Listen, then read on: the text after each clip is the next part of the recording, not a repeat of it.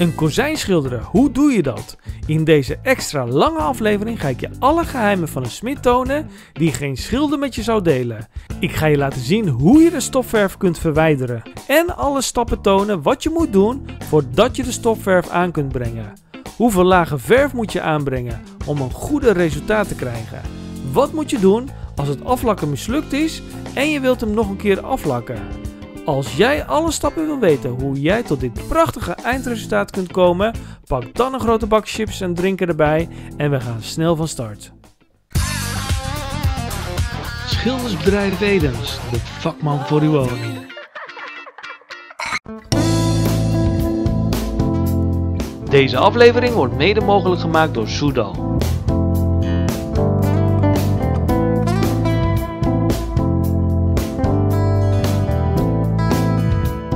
Soudal, de beste kitten voor de schilder. Hoi en welkom bij Schildersbedrijf Edens. Mijn naam is John Edens en via mijn kanaal ontvang je hele leuke schildertips zodat jij als doe-het-zelver het zelf kan schilderen. Dus ben je nog geen abonnee? Abonneer hieronder op mijn kanaal en druk even op dat belletje zodat je geen schildertip hoeft te missen.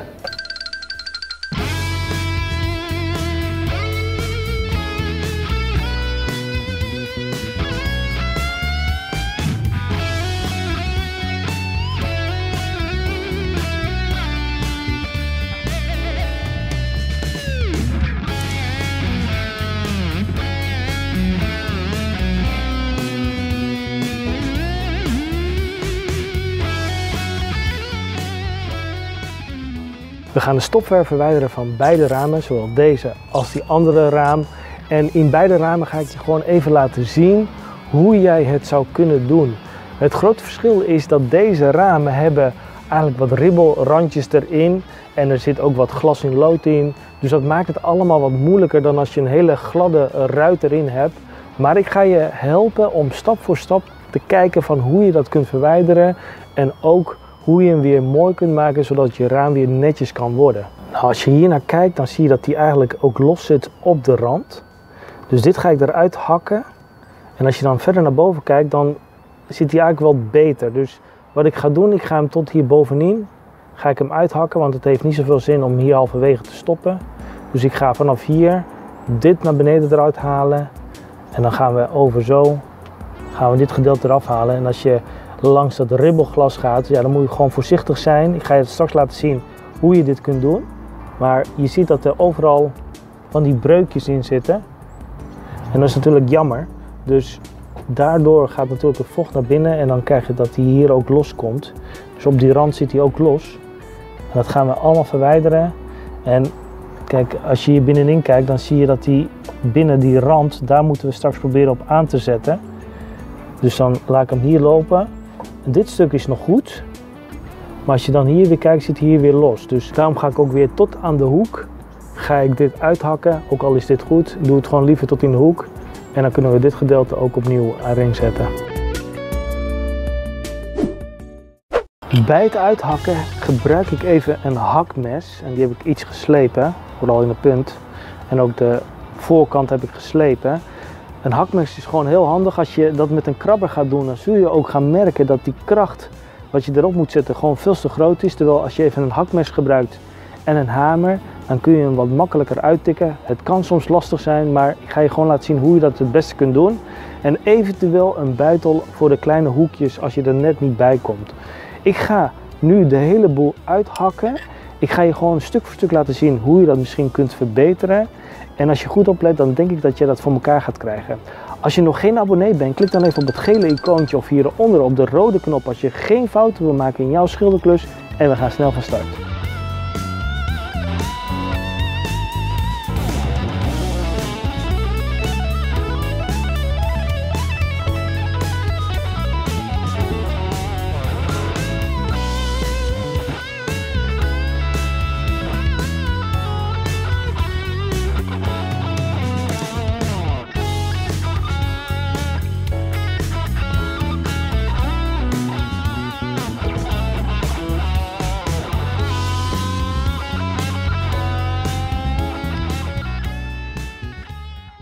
De onderste delen zitten al vrij los. Deze zijn makkelijker uit te tikken. Wellicht kan je deze al wel met een krabber eruit krabben, maar met een hakmes gaat het ook vrij snel. Het nadeel is dat de stofverf niet vastzit aan het glas, maar ook aan het lood. Daarom blijft er een deel achter, maar dat halen we straks weg.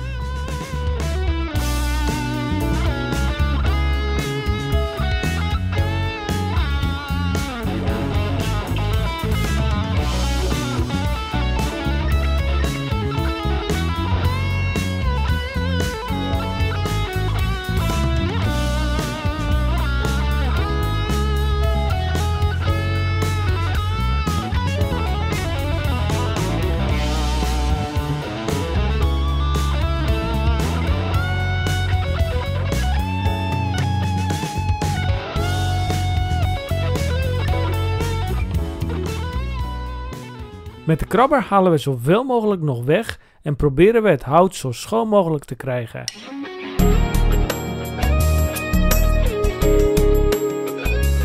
Met een glasschraper haal ik de restanten weg en probeer ik tussen het lood en het glas ook zoveel mogelijk schoon te maken.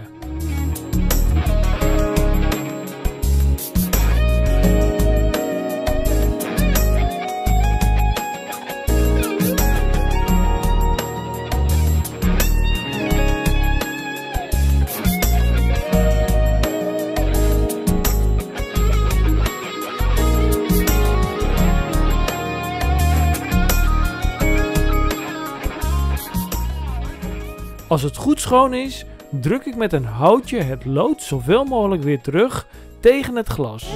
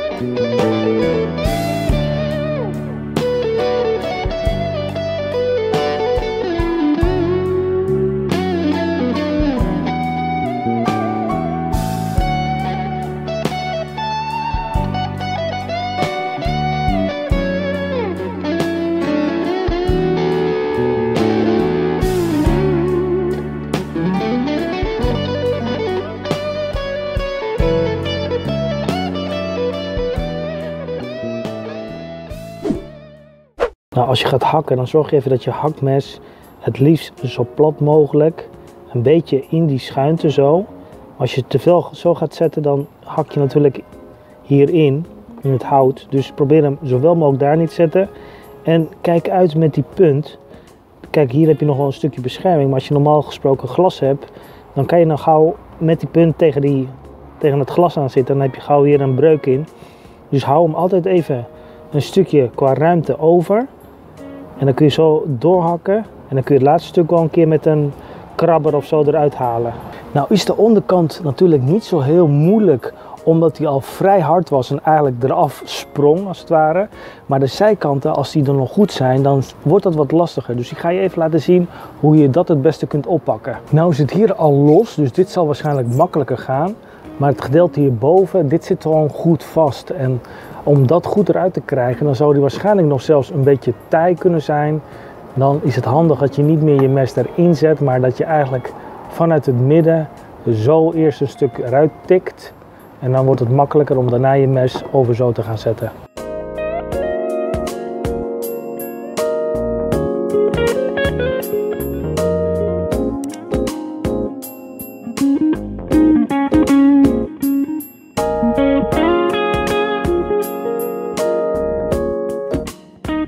Kijk, en nou zie je hier precies dat er echt die hoek in zit. En doordat je dus je hakmes eigenlijk, laat ik zeggen, in het midden plaatst, dus eigenlijk in deze hoek, dan ga je eigenlijk er zo doorheen, precies door het midden. En dan breekt hij wat makkelijker door en dan krijg je hem ook veel losser eruit. Dit gedeelte, dat zie je wel, dit is van het lood, dat gedeelte. Dit maken we gewoon straks mooi schoon met een krabber. En probeer ook hier tussen, dit stuk wat daarin zit, even dat te verwijderen. Ook met een krabber of een klein plamuurmesje of wat dan ook.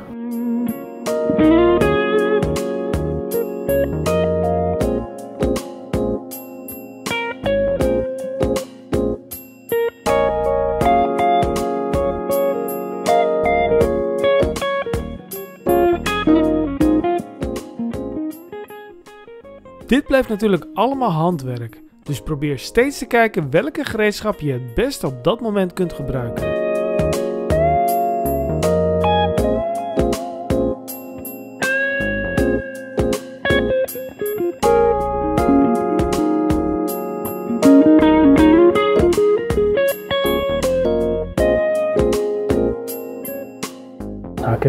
Heb ik de oude verfrestant eraf gehaald, zodat je straks ook met die lijn mooi strak hier doorheen kan gaan. Dan zie je dus alleen maar jouw lijn en niet dat er nog verf van het groene of witte er doorheen komt. En dat kun je natuurlijk veel meer proberen overal te doen. Ik zal je even laten zien hoe ik dat doe. Nou, ik probeer deze even met een schuurpapiertje, probeer je zoveel mogelijk bij elkaar te houden en dan licht uit te schuren. En de laatste restanten kun je even een klein beetje wegkrabben.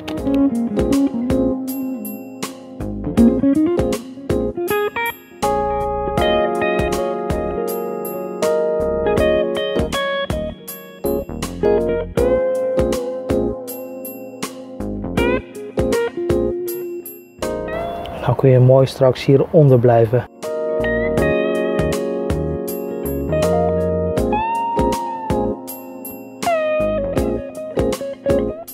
Dit zijn allemaal werkzaamheden die niet iedere schilder zou gaan doen. En dat hoeft misschien allemaal niet zo gedaan te worden, maar hoe meer je eraan doet, des te mooier je eindresultaat zou zijn. Vandaar dat ik je ook juist die hele kleine werkzaamheden laat zien om je werk nog mooier te krijgen. Haal eruit wat jij kunt gebruiken.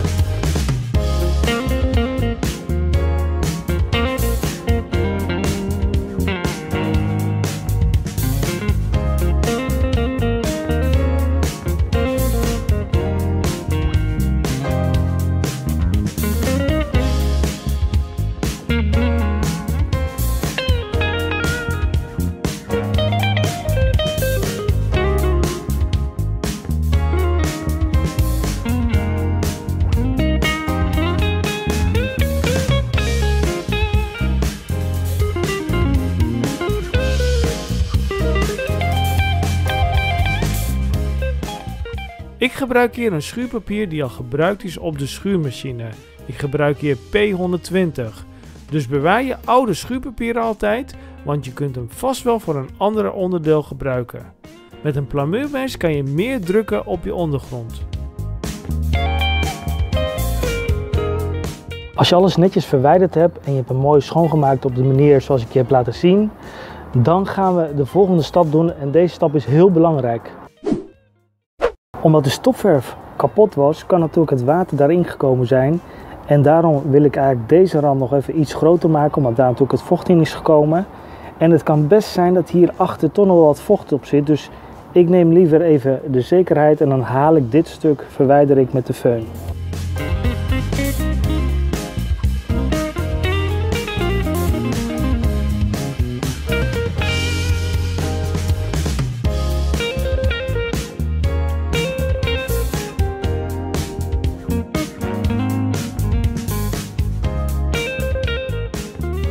Ik gebruik hier een föhn die 650 graden kan worden.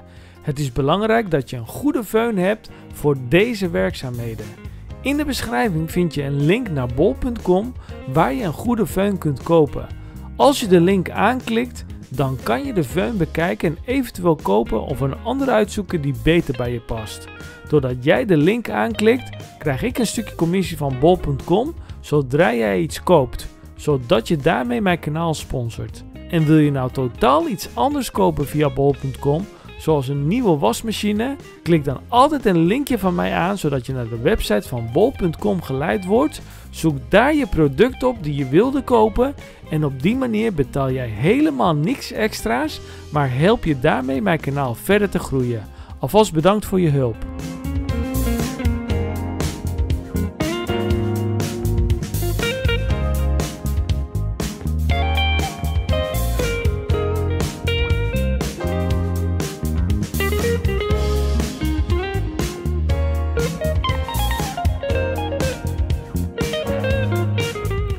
Ik frees de aansluitnaden uit met een 9 mm freesje.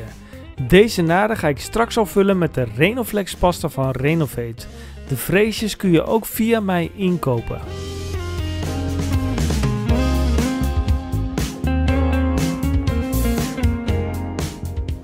In de praktijk zijn er soms dingen die je niet van tevoren helemaal uitbedacht hebt om aan jou te laten zien. Maar nu zijn er dingen waar ik van denk, dit wil ik je zeker laten zien, omdat ik hier heel vaak ook vragen over krijg.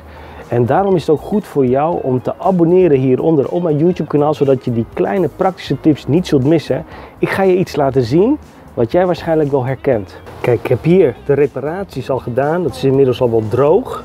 Maar wat je hier ziet, is dat er eigenlijk nog heel wat verf op zit. En heel veel mensen vragen aan mij, ja, hoe ver moet ik doorbranden om dat voor elkaar te krijgen? En ook hier zie je dat ik halverwege gestopt ben. Nou, wat ik hier heb gedaan, is eigenlijk het grootste deel eraf gehaald, zodat dit door kan luchten.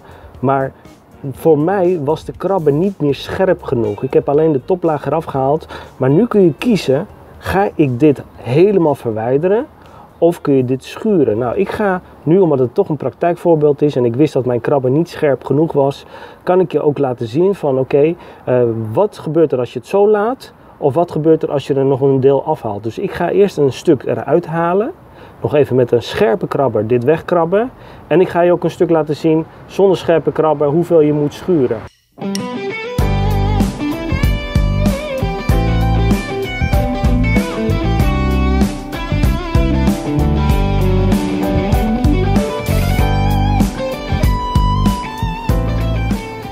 Nou, je ziet hoe strak dit is geworden.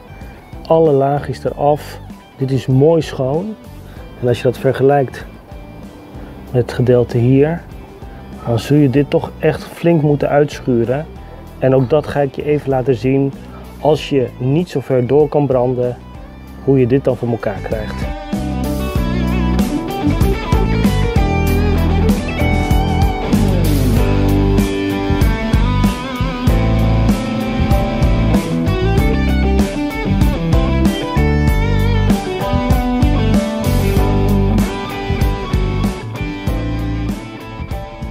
Nou, vanaf deze lijn is het dus geschuurd, die kant op.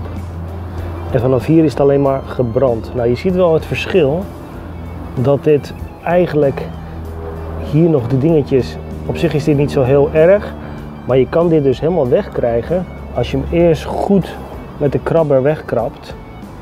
En er zit een groot verschil in tussen deze en deze. En als je dan dit vergelijkt, dan ga ik liever straks dit nog wegkrabben en dan daarna schuren.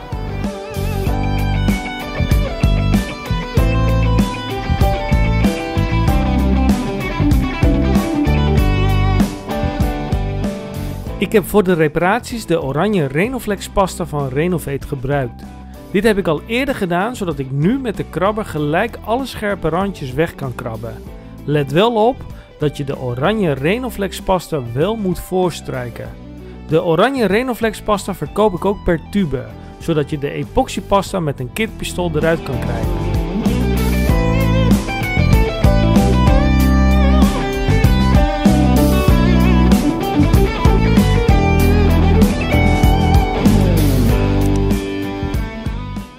Na het schuren maak ik het schilderwerk schoon met water en ammoniak. Als je je oude nitriel handschoenen nog bewaart, dan kun je deze gebruiken bij het schoonmaken. Je handen blijven dan mooi droog. Alles is nu bijgewerkt. Zoals je ziet is niet alle verf eraf gehaald. In deze aflevering ga ik je laten zien hoe je de verflagen weer netjes opbouwt tot dit prachtige resultaat. Dus blijf zeker kijken om ook deze dingen te leren. Nou, je hebt het verschil gezien tussen het schuren en eerst krabben en dan pas schuren. Je ziet dat dat toch qua snelheid het beter is om hem even goed te krabben. Maar er zit ook een technische reden achter waarom ik liever ga krabben. En daar ga ik je straks wat meer over vertellen. Want als je dat verkeerd doet, dan wordt je eindlaag niet mooi. En dat wil je niet, want je hebt er heel veel werk in gestopt. Daar ga ik je straks wat meer over vertellen. We gaan nu eerst even concentreren op het werk wat we wilden doen, namelijk de stopverf aanbrengen. Nou, ik heb alle handelingen gedaan voordat we gaan stoppen. Ik heb namelijk de boel kaal gemaakt, ik heb geschuurd, ik heb de reparaties gedaan en de boel ook schoongemaakt. En nu gaan we over eigenlijk op de handeling die het meest belangrijk is van deze aflevering. Dat is namelijk het volgende. Nou, je ziet hoe het is geworden, mooi glad. mooi schoon.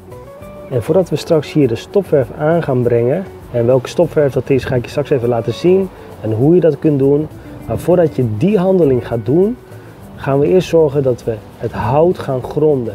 En zeker dit moet gewoon goed gegrond worden. De grondverf hoef je niet hier op het glas aan te brengen en ook niet hierop, maar puur even op het hout. Zorg dat je dat goed gegrond hebt. En als je dat hebt gedaan, laat hem even goed drogen. Dan kunnen we overstappen op de handeling die we gaan doen vandaag, het stoppen van het raam. En we gronden dat gedeelte juist om te voorkomen dat als het een keer in de toekomst kapot gaat, dat je dus niet daaronder kaal hout hebt, waardoor het vocht daar weer in kan dringen, maar dat er altijd dus een laag verf onder zit. Plus, als je de stopverf aan gaat brengen of een ander materiaal, dan voorkom je ermee dat de bestanddelen van het nieuwe materiaal meteen het hout intrekken. En als je hem dus eerst grondt, dan heb je gewoon daar een mooie afdichting met de verf. En zal de hechting van het nieuwe materiaal ook veel beter gaan worden op je ondergrond. Dus we gaan hem eerst gronden en daarna gaan we verder met de volgende stap. Dit is een andere raam aan de zijkant van de gevel. Ook hier zijn de naden uitgefreesd met een 9 mm freesje. Ik gebruik ook wel eens een 5 mm freesje, maar die ga ik in een andere aflevering laten zien. De naden zijn voorgestreken met de Renofix oranje voorstrijk en gerepareerd met de oranje Renoflex pasta van Renovate. Wellicht vraag je je af hoe je dat hele proces van uitfrezen, voorstrijken en repareren kunt doen. Daar ga ik je straks wat meer over vertellen, zodat je geen fouten daarin hoeft te maken.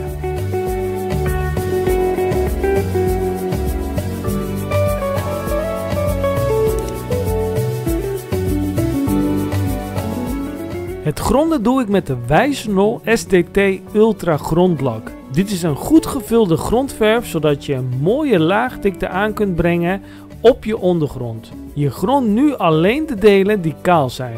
Alle goede delen hoef je nu nog niet te gaan gronden. De grondverf breng ik aan met een groene Futura kwast van Goudhaantje, maat nummer 16. Daarbij maak ik gebruik van een Purple Penseel maat nummer 14. Alle materialen en verf wat je in deze aflevering of in andere afleveringen hebt gezien, zijn via mij te koop.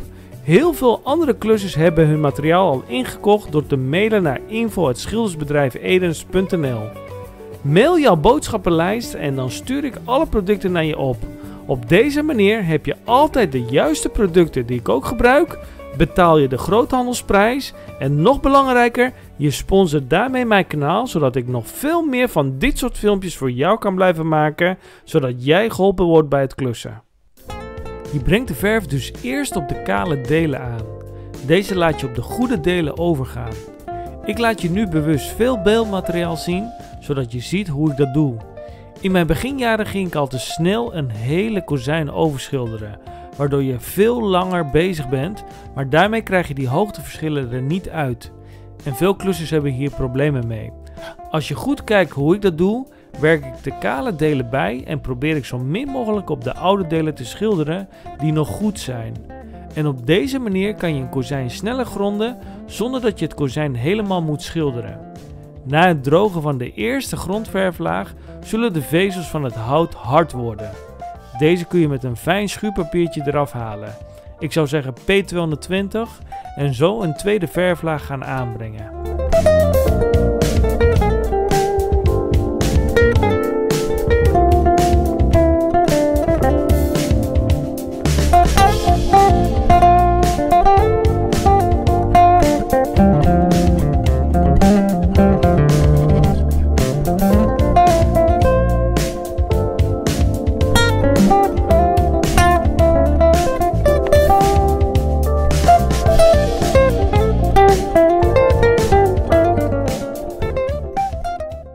Met mijn penseel schilder ik langs het glas.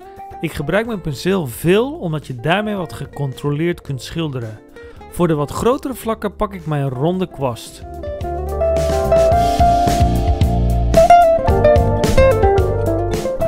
Wat je mij niet ziet doen, is dat ik een hele dikke laag aanbreng, maar juist een hele dunne laag. Ik heb mijn verf niet verdund, maar juist dik gehouden. Maar wat ik wel doe, is die dikke verf zo veel mogelijk uitstrijken, dat ik een dunne laag overhoud. En daarmee zou die ook veel dieper in de ondergrond gaan indringen.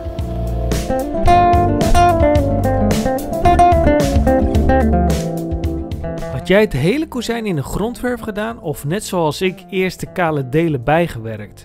Laat het me even weten in de reacties hoe jij dat doet. Ik ben namelijk benieuwd wie de echte klussers zijn.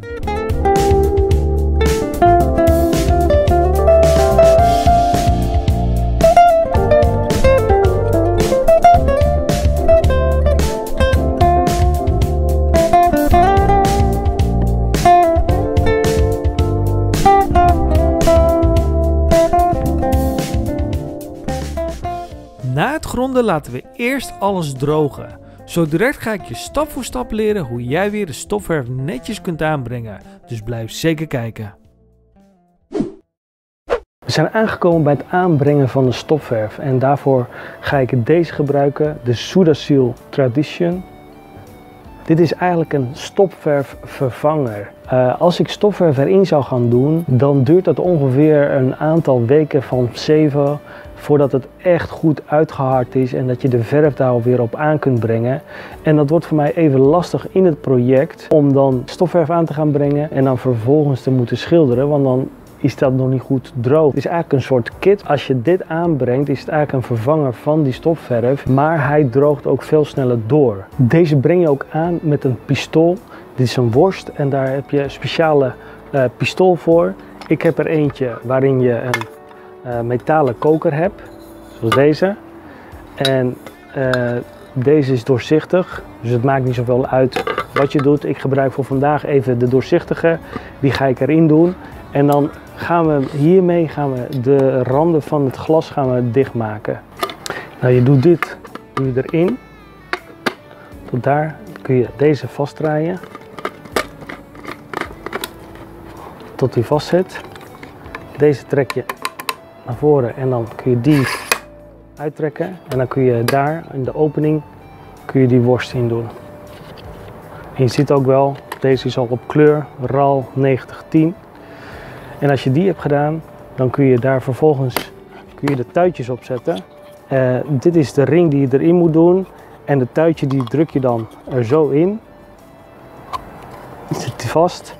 En dan kun je die er bovenop doen. Alleen moet je dit natuurlijk even open snijden. En als je hem open hebt gesneden, dan druk je deze gelijk in één handeling erin. Zet je hem vast en dan zet je hem vast. En als je dit klaar hebt, snij je dit op maat van eigenlijk de breedte die je moet hebben voor de stopverf. De breedte meet ik even op met zo'n latje, ongeveer hoe breed die ook is. En dan als je dat klaar hebt, dan snijden we dit eigenlijk recht uit. We gaan hem dus niet schuin snijden, maar we snijden hem recht, zodat je ook een mooie rechte rand hebt. En dan kun je dat gebruiken om de kit eruit te laten komen.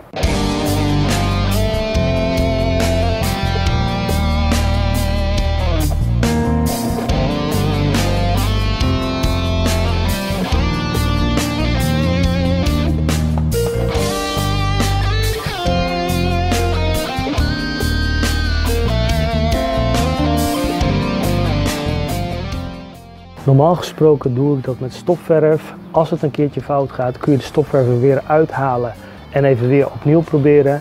Deze stofverfvervanger, dat moet je eigenlijk in één keer goed doen. Dus wat ik heb gedaan is wel het glas even afplakken voor mezelf, omdat het wat ribbelig is en ook nog glas in lood zit.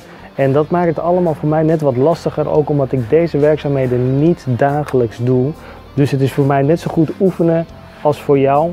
Maar we gaan uiteindelijk voor het resultaat dat het netjes en strak is. Normaal gesproken ben je gewend om hem eigenlijk zo mee te trekken.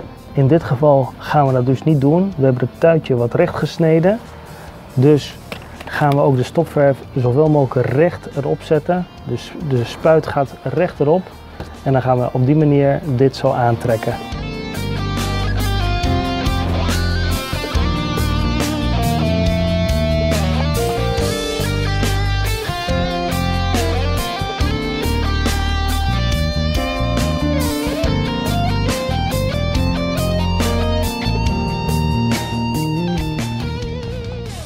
Omdat het deels een kit is, gebruik ik ook even de afstrijkmiddel van Soudal. Die kun je daarvoor gebruiken. Ik gooi er wat in. En dan kun je gewoon met een kwastje kun je het even nat maken om hem dan goed te kunnen afstrijken.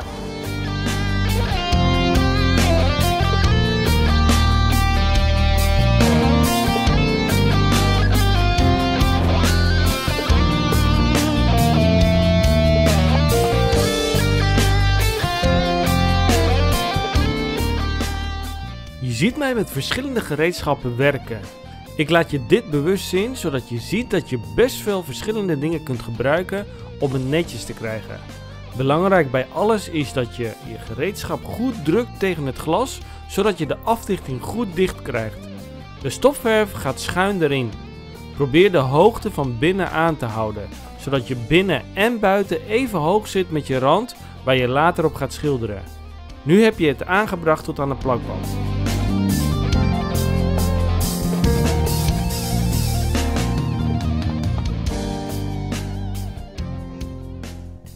Vind je deze tips waardevol en kan je er veel uit leren? Dan kun je mij enorm helpen door een blauw duimpje te geven. Gun mij daarom zoveel mogelijk blauwe duimpjes. Ik zit te denken aan 3000 duimpjes. Met jouw duimpje zal mijn kanaal groter worden en kan ik op die manier veel meer van dit soort filmpjes voor jou maken.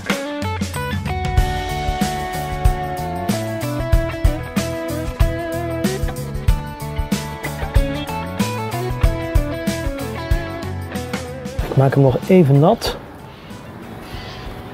en dan haal ik even mijn vinger er goed langs. Het gaat mij even om de afdichting van het glas en de stofverf, dat dat goed dicht zit. En de rest laten we wel een beetje schoon.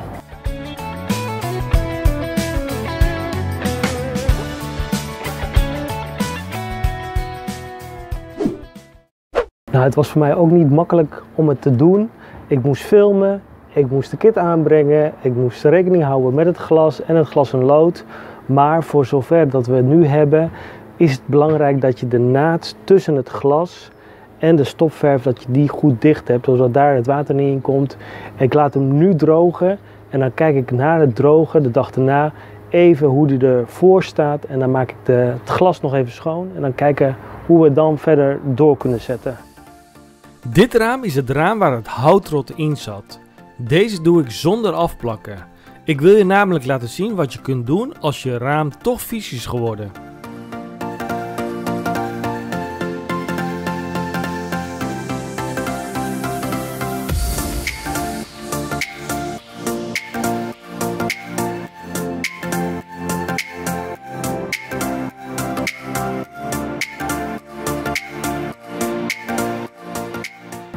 Deze kant heb ik bewust niet afgeplakt om jou te laten zien van als het nou echt vies wordt, hoe krijg je hem dan mooi schoon. En we gaan uiteindelijk hier ook het mooiste resultaat eruit halen. Het meest belangrijk, zoals ik net ook al zei, dat het glas en de stofverf goed in elkaar zit, zodat je daar geen inwatering krijgt. De stofverf is nu droog. Ik ga hem nu schoonmaken. Ik heb al een deel schoongemaakt, maar ik ga jou een stuk laten zien hoe je het schoon kunt krijgen. Ik heb het hier al helemaal mooi schoongemaakt. Ook glas en lood stripjes, die heb ik ook schoongemaakt. En ik ga je even laten zien hoe je dit mooi weer schoon krijgt.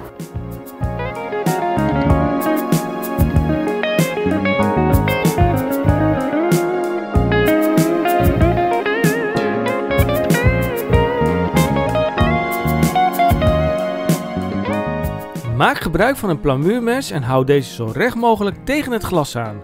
Met een glasschraper kun je het overtollige eerst verwijderen. Ik gebruik deze glasschraper werkelijk echt overal voor. De trouwe kijkers kunnen dit beamen, dat ze hem vaker in mijn filmpjes hebben gezien. Deze kun je ook via mij bestellen, inclusief extra mesjes.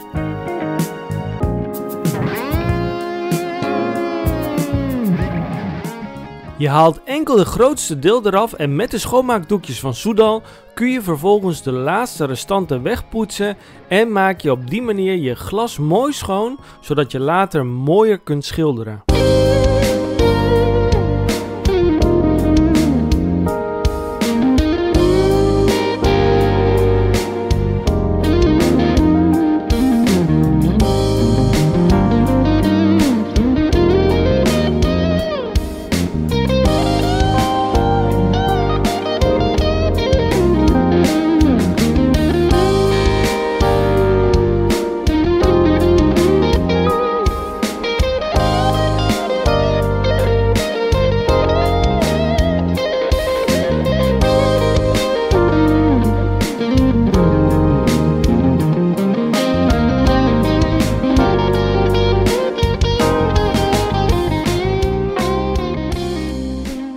En ook nu kan je het heel mooi krijgen. Laat me in de reacties weten of je liever gaat afplakken met de KIP 3308 of dat je het achteraf wat meer gaat schoonmaken. De Sudasil Tradition is al heel snel uitgehard en is vrij tij en sterk. En dat is wat we willen hebben.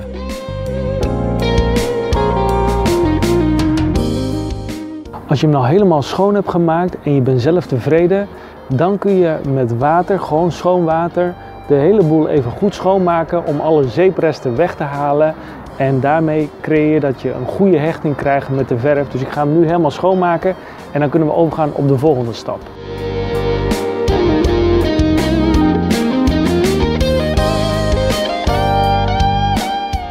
Mijn raam is helemaal schoon nu. En nu ga ik hem afplakken met de KIP 3308. Deze laat geen lijmresten achter. En ik ga hem bewust afplakken met deze tape. Omdat ik wil dat ik eigenlijk de randen eromheen langs het glas wil ik eigenlijk zoveel mogelijk met verf vullen. En als je hem dus even kan afplakken, kun je ook wat voller met je kwast er langs gaan. En heb je ook de afdichting heel mooi dicht. Omdat het lood er steeds tussen zit, maakt het afplakken net allemaal wat lastiger. En daarom ga ik je even laten zien hoe je dat eventueel kunt doen. Ik breng de tape eerst bovenin in de punt. Als je hier naar kijkt, dan zie je dat daar nog een millimeter ruimte ertussen zit. Deze duw ik er eerst even goed in. Zie je dus dat hij eigenlijk tegen het lood aan zit. Hou ik hem even bovenop, hou ik hem vast. Dan laat ik hem even goed lopen over dat gedeelte waar ik hem straks wil hebben. En als ik dat heb gedaan, dan ga ik eerst deze erin duwen. Dan doe ik eerst deze erin. En de rest kun je glad uitstrijken en dan zul je ook zien dat de luchtbellen het meest eruit zijn.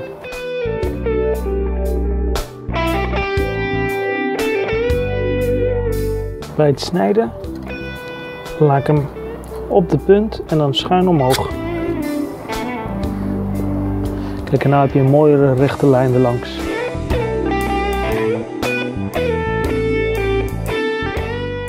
Eén of 2 mm ruimte ertussen laten is heel belangrijk. Daarmee ga je voorkomen dat je later de verf meetrekt. Daarbij krijg je op deze manier een mooie lijn en kan je die 2 mm verf op het glas aanhouden die je normaal gesproken ook moet aanhouden als je uit de hand gaat schilderen. Dit is om de afdichting altijd goed dicht te houden.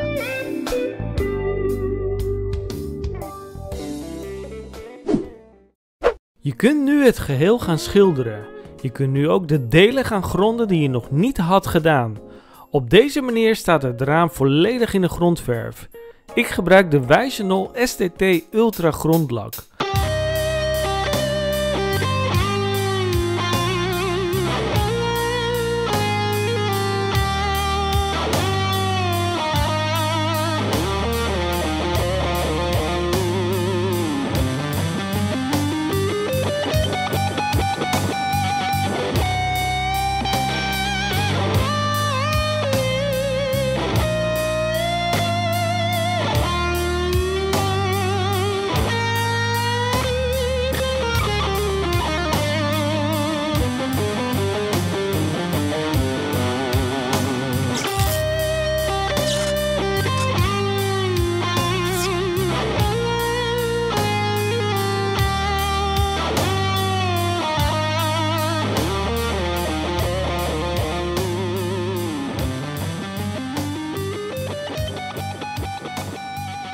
Na het drogen van de grondverf kan je het geheel matteren met een schuursponsje of met een heel fijn schuurpapiertje P220.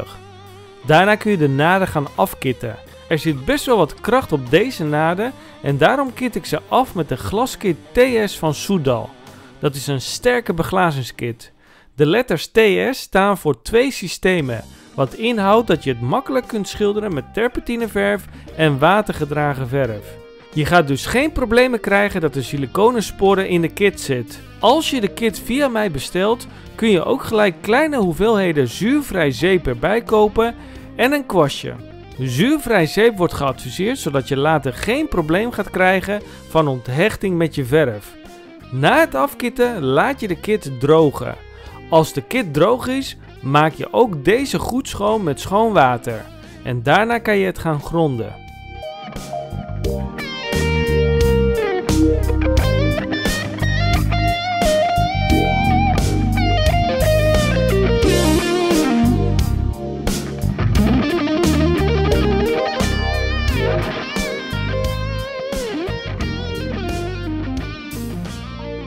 Als je tussendoor tijd hebt of aan het einde van de dag 5 minuten over hebt, kun je de meest kwetsbare delen een keertje extra gronden. Op deze manier krijgen de meest kwetsbare delen wellicht 3 of 4 keer een grondverflaag en zal je schilderwerk sterker worden.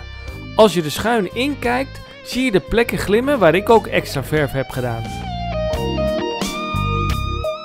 Als je toe bent aan het aflakken, dan kun je voordat je gaat aflakken hem eerst licht afschuren. Ik noem dat eigenlijk polijsten.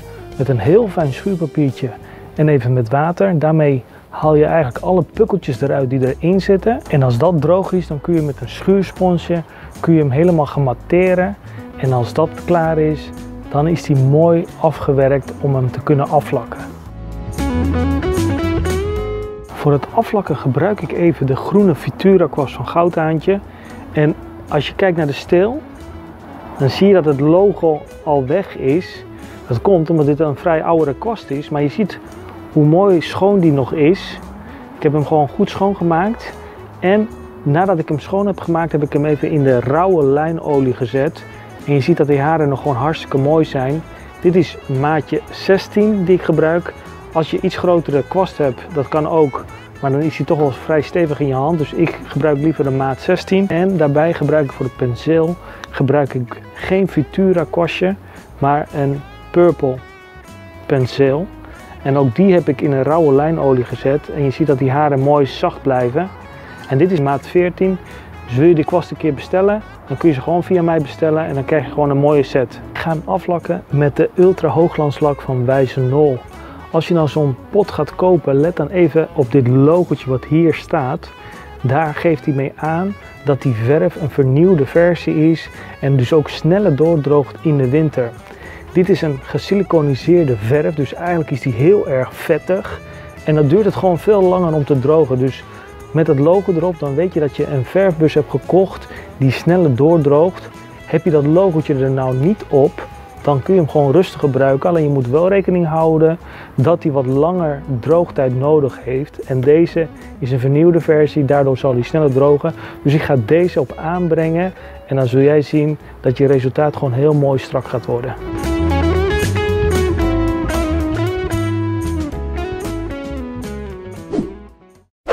Voordat je gaat beginnen met aflakken, doe even het volgende. Moet je even in je hand blazen, maar dan eigenlijk condens in je hand laten komen. En dan heb je namelijk een vochtige hand. En dan kun je nog even de laatste dingetjes zo eruit halen. En dan haal je net die kleine, misschien nog kleine pukkeltjes of zandkorreltjes haal je nog net weg.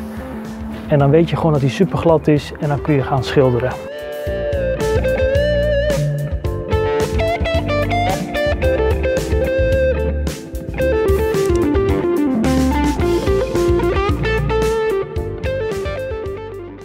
Het is bijna 2:30, dus ik ga verder met het kozijn schilderen. Als die klaar is, ga ik je laten zien hoe die is geworden.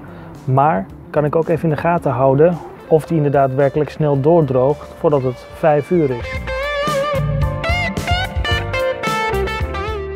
Zo direct ga ik je uitleggen waarom ik liever meer afbrand dan dat ik te grof ga schuren om de verflagen eraf te halen. Dit is een hele belangrijke tip die elke klusser echt moet weten. Het aflakken gaat eigenlijk identiek aan het gronden en ook in dezelfde volgorde zoals ik dat heb voorgedaan bij het gronden.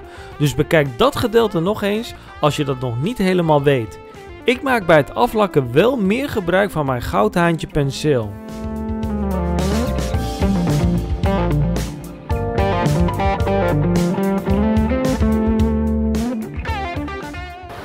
Stel je nou voor dat het proces van het schilderen mislukt, om welke reden dan ook. Misschien zit er te veel stof in, of je hebt te veel vliegjes erin, of wat dan ook.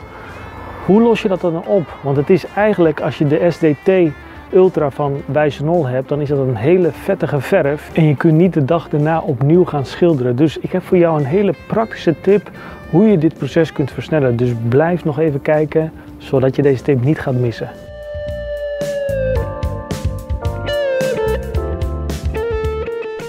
Eerder in deze aflevering heb ik je uitgelegd dat ik liever wat meer ga branden dan dat ik te grof ga schuren. En dat proces wat je daar uitvoert heeft te maken met je eindlaag. Hoe fijner je schuurt en minder krassen je maakt, des te meer je verflaag gaat glimmen. Je moet namelijk bedenken dat al die kleine krasjes allemaal gevuld moeten worden met verf en dat kan de glans breken. Hoe fijner je schuurt, des te gladder je oppervlakte is en zal je verf beter gaan glimmen aan het einde. Vlak voor het aflakken heb ik het kozijn nat geschuurd. En daarvoor heb ik schuurpapier P1200 gebruikt. Deze kun je per vel bij mij kopen, zodat je ook deze mooie handelingen kunt nadoen en jouw kozijn mooi kunt laten glimmen.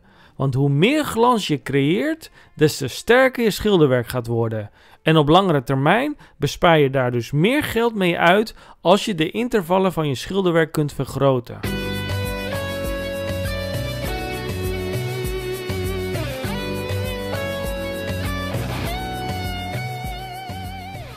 Als het helemaal klaar is, ziet het er zo uit. Omdat de STT Ultra Hoogglansverf van Wijzernol een hele mooie vettige laag bevat, is het bijna niet mogelijk om binnen een week het opnieuw te schilderen zonder dat je de kans hebt dat de verf gaat rimpelen. Maar misschien wil je hem wel overschilderen omdat je er te veel vliegen op hebt gekregen. Nou, hoe kun je dat oplossen? Zorg dat je de dag erna het opnieuw met de schuurspons gaat matteren. Dit zal het drogingsproces gaan versnellen en je hebt grote kans dat je de dag daarna het alsnog opnieuw kunt aflakken. Je moet dan niet meer schuren, maar wellicht enkel schoonmaken als dat nodig is. En mocht je de tijd hebben, dan zou ik zeker enkele dagen ertussen laten voordat je opnieuw wilt aflakken na het matteren.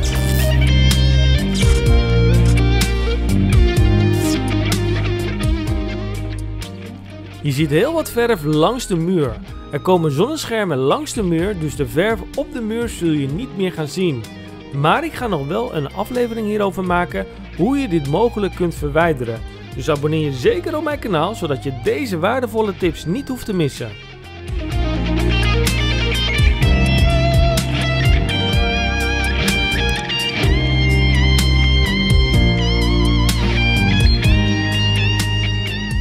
Als je al deze stappen gebruikt bij jouw kozijn, dan kan het niet anders dan dat jij bijna elk kozijn super mooi kunt krijgen. Het enige nadeel van deze aflevering is dat ik je niet helemaal stap voor stap heb kunnen uitleggen hoe je de reparaties kunt doen.